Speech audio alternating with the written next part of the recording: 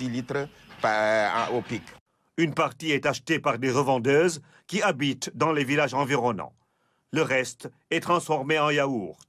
Le promoteur qui est sorti des Daras et qui a fait ses premiers pas dans le bâtiment explique comment il a galéré avant d'en arriver là.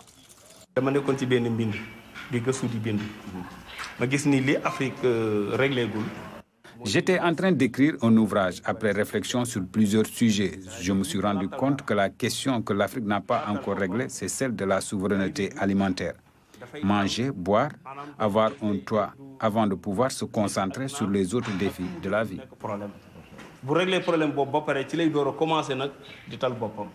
Il lui arrivait, raconte-t-il, de marcher de Sandaga aux Parcelles Assainies, faute de quoi payer son transport.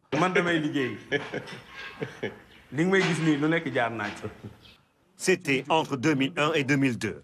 Aujourd'hui, il emploie une quinzaine de personnes en permanence et plus d'une centaine pour les campagnes spéciales. Le lait qui est produit dans la ferme Al Maktoum Al Amin est commercialisé ici.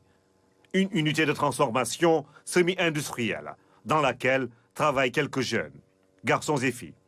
On peut avoir un pasteurisateur électrique automatique qui fonctionne avec l'électricité, les températures, tout se voit. Son objectif, c'est d'industrialiser. Il y aura des nouvelles machines qui vont être mises en place. L'emballage va être amélioré, la mise en bouteille va être améliorée. Actuellement, tout se fait en respectant les normes, mais l'objectif est d'améliorer encore la qualité. Et quand vous goûtez ce lait, vous verrez que le lait est de meilleure qualité par rapport à pratiquement tout ce qu'on retrouve qui est fait à base de lait en poudre importé.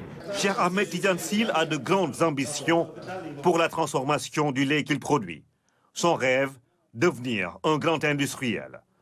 Il vient de commander des emballages en Turquie pour vendre du lait pasteurisé